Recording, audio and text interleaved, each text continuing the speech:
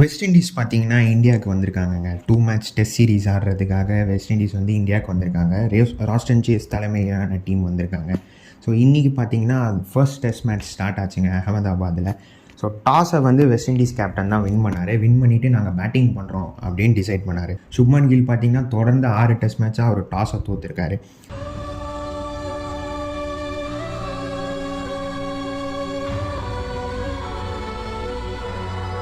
So batting பண்ண west Indies பார்த்தீங்கன்னா ரொம்ப சுமாராக பேட்டிங் பண்ணாங்க. அவங்களோட எக்ஸ்பீரியன்ஸ்டு பிளேயர்ஸான ஷேஹோப் அண்ட் ராஸ்டன் சேஸுமே பெரிய லெவலில் ஸ்கோர் பண்ணலை. ஓப்பனிங்கும் பார்த்திங்கன்னா ரொம்ப சுமாராக இருந்தது.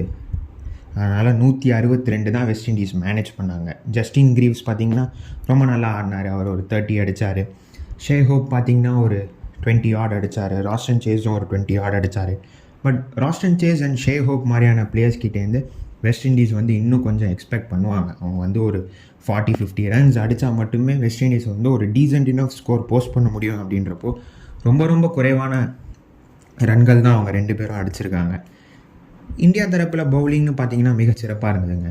சிராஜ் வந்து சூப்பராக போட்டார். இங்கிலாந்து சீரீஸில் அவர் என்ன ஃபார்மில் இருந்தாரோ அதே ஃபார்மில் இருந்தார்.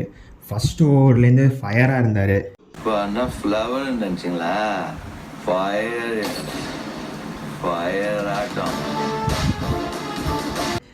அவரோட ஸ்பெல்லு பார்த்தீங்கன்னா ஃபஸ்ட் ஸ்பெல் பார்த்தீங்கன்னா செம பியூட்டியாக இருந்தது. எல்லா பாலுமே பார்த்தீங்கன்னா அவர் விக்கெட் எடுக்கிற மாதிரி தான் இருந்தார். அந்த ஸ்பெல்லுக்கான காரணத்தினால தான் அவருக்கு பார்த்தீங்கன்னா ஃபஸ்ட் ஸ்பெல்லையே 3 விக்கெட் கிடச்சிதுங்க. அதுவும் பிராண்டன் கிங் வந்து ஒரு அவுட் சைடு ஆஃப் ஸ்டம்ப்லேருந்து வெளியே போகணும்னு நினச்சி லெஃப்ட் விடலான்னு பார்த்தாரு. பட் பால் சீமில் அடித்து உள்ளே வந்து ஒரு பியூட்டிஃபுல்லான ஒரு போல்டு எடுத்தார். நம் ராஜதந்திரங்கள் அனைத்தும் வீணாகிவிட்டதே.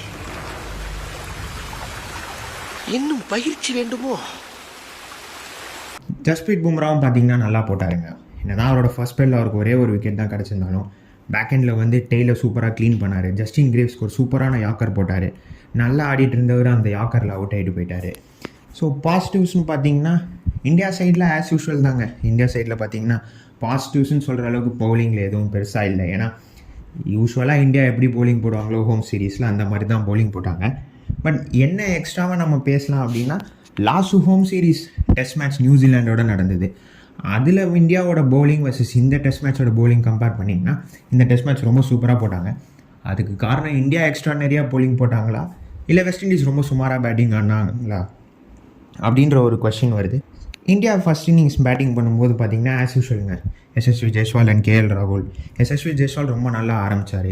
கேஎல் ராகுல் சூப்பராக ஸ்டார்ட் பண்ணி அவர் இன்னும் கிரீஸில் தான் இருக்கார். ஜெய்ஸ்வாலும் ரொம்ப நல்லா ஆடிட்டு இருந்தாருங்க.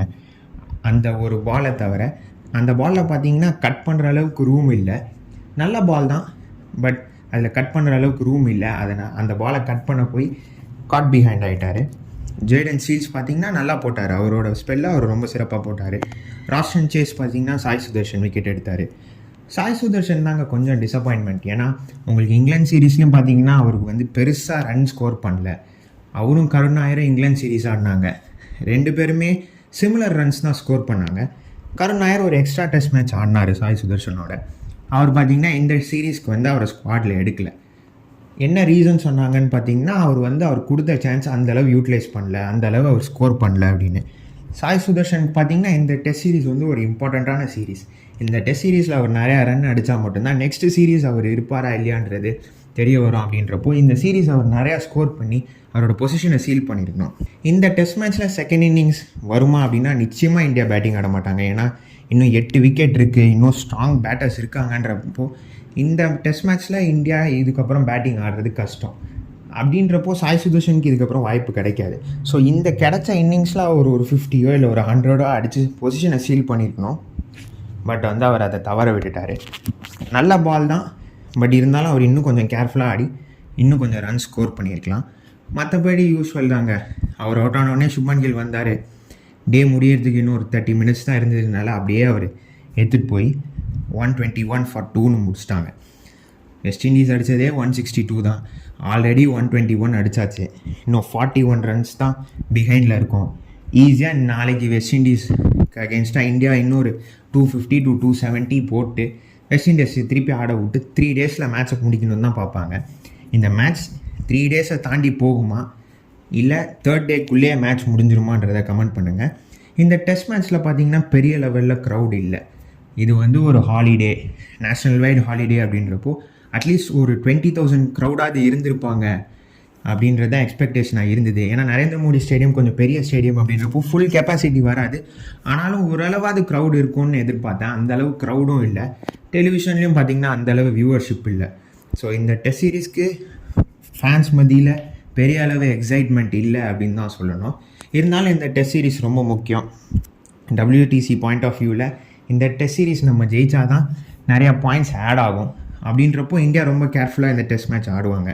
அதனால தான் பும்ரா அண்ட் சிராஜ் 2 பேருமே ஆடினாங்க. இல்லைனா யாராவது ஒருத்தரை ரெஸ்ட் பண்ணியிருப்பாங்க. பட் இந்தியா அந்த ஆப்ஷன் எடுக்கல, 2 பேருமே ஆடிருக்காங்க. ஸோ நாளைக்கு என்ன நடக்குதுன்றதை நெக்ஸ்ட் வீடியோவில் பார்ப்போம். இந்த வீடியோ உங்களுக்கு பிடிச்சிருந்தா லைக் பண்ணுங்கள், உங்கள் ஃப்ரெண்ட்ஸுக்கு ஷேர் பண்ணுங்கள். தேங்க்ஸ் ஃபார் வாட்சிங்.